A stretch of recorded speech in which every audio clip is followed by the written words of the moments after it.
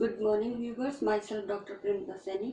आज हम BEd first year के childhood and growing up paper में व्यक्तित्व के विकास को प्रभावित करने वाले कारकों के बारे में स्टडी करेंगे।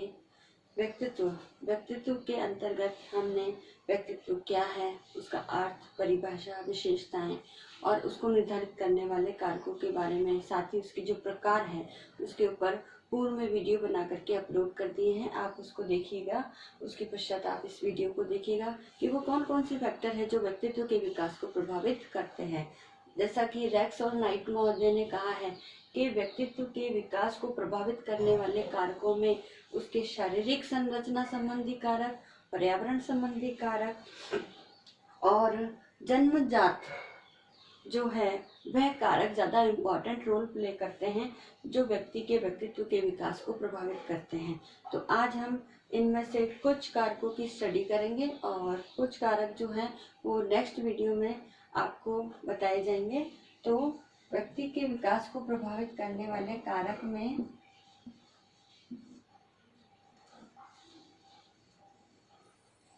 सबसे पहला कारक है वंशानुक्रम का प्रभाव।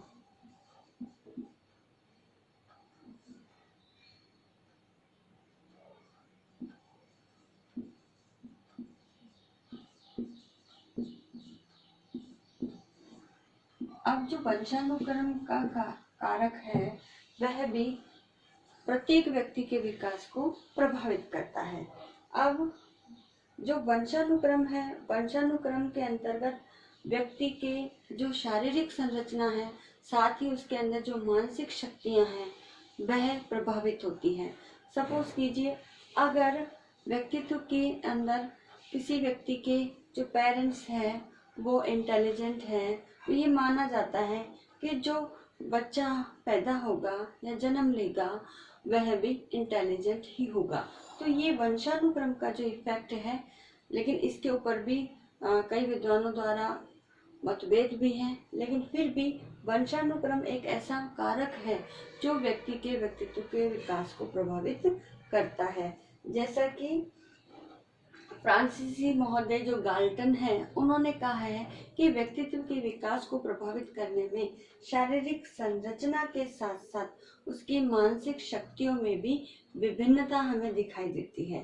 तो ये जो शारीरिक जो गठन है बालक का, शारीरिक संरचना है, साथ ही जो मानसिक शक्तियां हैं, प्रत्येक व्यक्ति के अंतर्गत या दो व्यक्ति या दो से अधिक कई व्यक्तियों में इस पॉइंट ऑफ व्यू से हमें उनके अंदर जो विद्यमान लक्षण है उसके अंदर भिन्नता दिखाई देती है।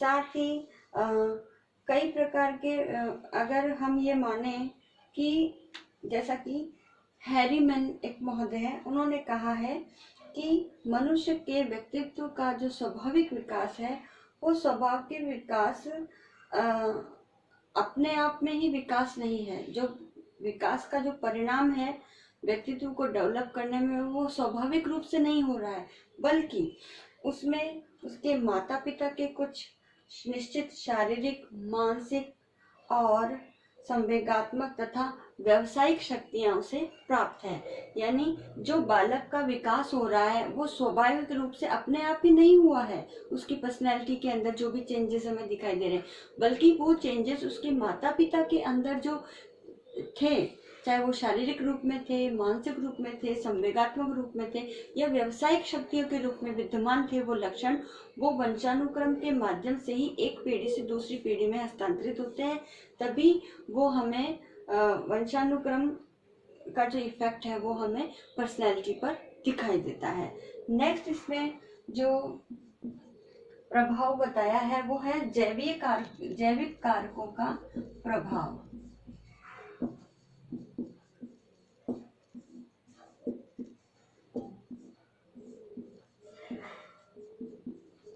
तो जैविक कारक, अब जैविक कारक के अंतर्गत हमारे जो है, अगर मैं कहूँ तो जैविक कारकों में हमारे नलिका विहीन जो आती है वो मैं यहाँ लिख देती हूँ। नलिका वाहिका ग्रंथि, ठीक है, नलिका वाहिका या वाहिनी ग्रंथि, अंतःस्रावी ग्रंथि अंतःस्रावी ग्रंथि। तीसरी हमारी आती है शारीरिक रसायन।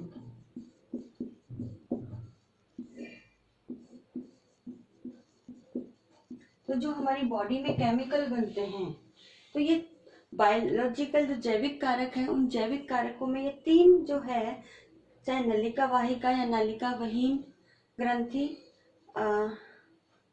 अंतःस्रावी ग्रंथि और शारीरिक रसायन, जो हमारी बॉडी में केमिकल बनते हैं, वो केमिकल भी हमारी पर्सनैलिटी को विकसित करने में या उसको विकास को प्रभावित करने में महत्वपूर्ण भूमिका अदा करते हैं। अब इन रसायनों के आधार पर व्यक्ति के अंदर कभी कुछ सामान्य और कुछ विशिष्ट लक्षण उसके व्यक्तित्व में हमें दिखाई देते हैं, और वो लक्षण जो है वो सारे बायोलॉजिकल फैक्टर ही हैं जो उसकी पर्सनैलिटी के डेवलपमेंट को प्रभावित करते हैं। नेक्स्ट आता है इसमें शारीरिक रचना का प्रभाव।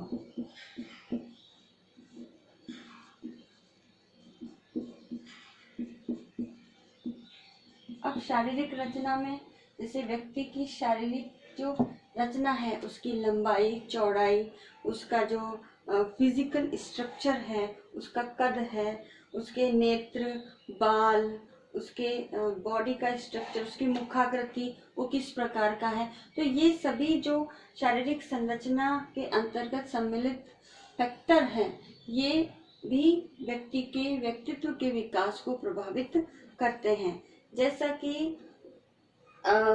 एक छोटे उदाहरण के लिए हम कह सकते हैं कि एक छोटे पैरों वाला व्यक्ति यानी बौने व्यक्ति को अगर किसी रेस में या लंबी कूद में अगर भाग लेने के लिए कहा जाए तो वो सक्सेस नहीं हो सकता। तो उसके लिए उसकी जो शारीरिक रचना के आधार पर जो जिसकी हाइट ज़्यादा होगी वही उस चीज में सफलता प्राप्त कर सकता है या उस प्रतियोगिता में वो सफल हो सकता है।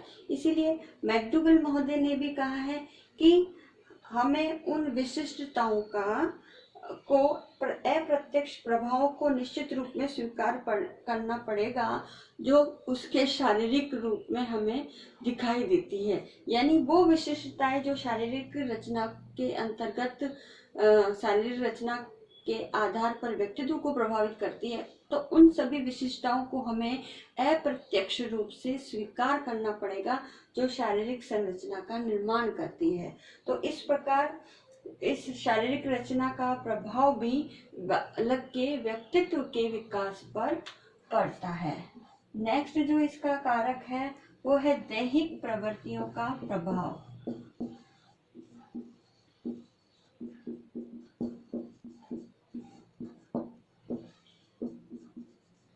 अब दैहिक प्रवृत्तियां हैं यानी हमारी देह से जुड़ी हुई। अब देह से जुड़ी हुई जैसे हमारे अंदर जो भी परिवर्तन होते हैं वो परिवर्तन हमारी देह से जुड़े हुए हैं।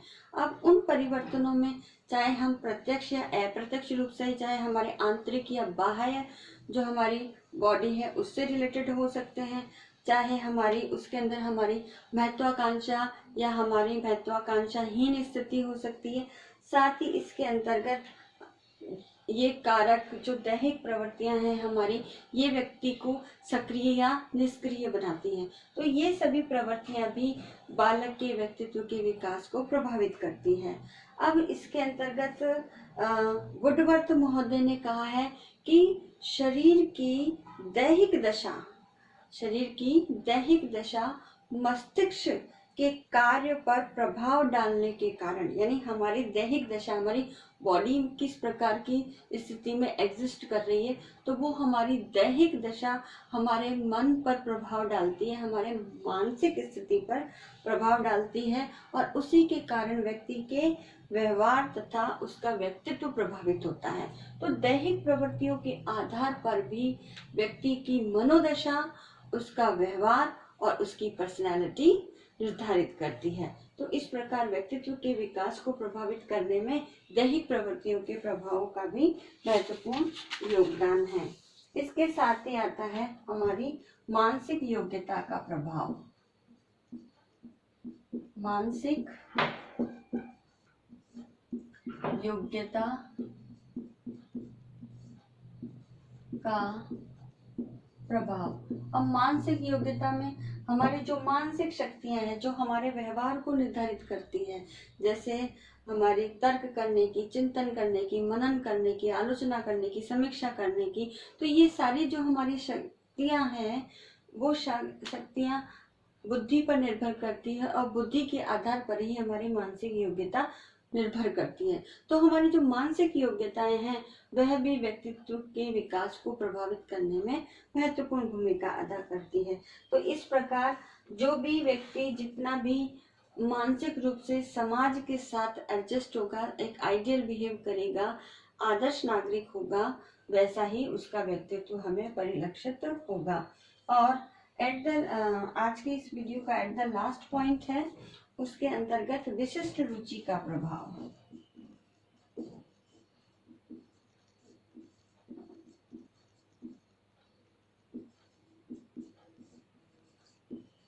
क्योंकि हर व्यक्ति में, जैसा कि अगर हम बुद्धि की विशेषताओं के आधार पर या बुद्धि के जो प्रकार है उसमें स्पेयरमैन महोदय ने 2 प्रकार के बुद्धि के आधार प्रकार बताए, तो सामान्य बुद्धि और एक विशिष्ट बुद्धि।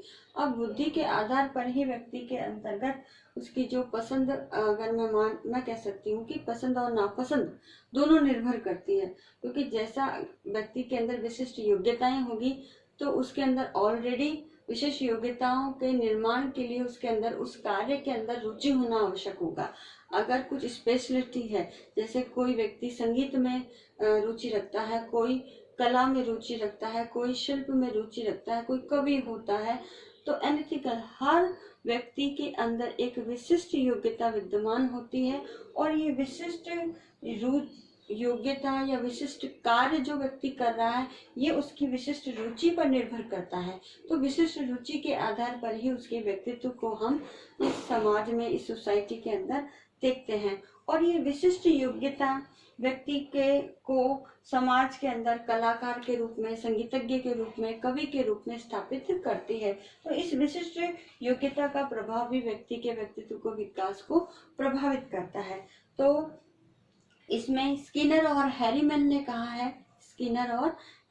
कहा है कि विशिष्ट रुचि की उपस्थिति से व्यक्तित्व के विकास के आधारभूत कारक को किसी भी सूची में सम्मिलित किया जाना आवश्यक है। यानी बालक के व्यक्तित्व के विकास के लिए व्यक्ति के अंदर किसी न किसी विशिष्ट रुचि का होना आवश्यक है और इस विशिष्ट रुचि के आधार पर ही उसके व्यक्तित्व का विकास होता है। तो ये विशिष्ट रुचि का जो प्रभाव है ये भी बालक के व्यक्तित्व के विकास को प्रभावित करता है। तो आज के इस वीडियो में हमने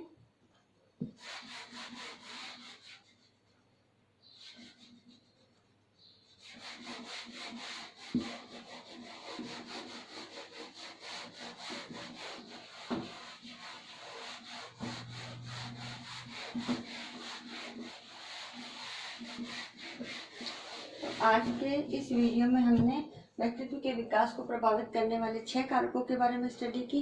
नेक्स्ट जो है कारक वो हम नेक्स्ट वीडियो में स्टडी करेंगे। नाउ आज का जो असाइनमेंट है, इस असाइनमेंट में आपको एक क्वेश्चन दिया जाता है कि व्यक्तित्व के विकास को प्रभावित करने वाले कारकों को स्पष्ट कीजिए। तो इस वीडियो के आधार पर आपको व्यक्तित्व के विकास को प्रभावित करने वाले जो 6 कारक आज हमने स्टडी किए हैं उनके बारे में आपको लिखना है। साथ ही इस कोरोना महामारी के दौर में आप अपने घर में रहिए, सुरक्षित रहिए। राज्य सरकार के द्वारा जो भी गाइडलाइन जारी की गई उसका अनिवार्यतः आवश्यक रूप से पालन कीजिए। आई होप ये वीडियो आपके लिए यूजफुल होगा। So thank you.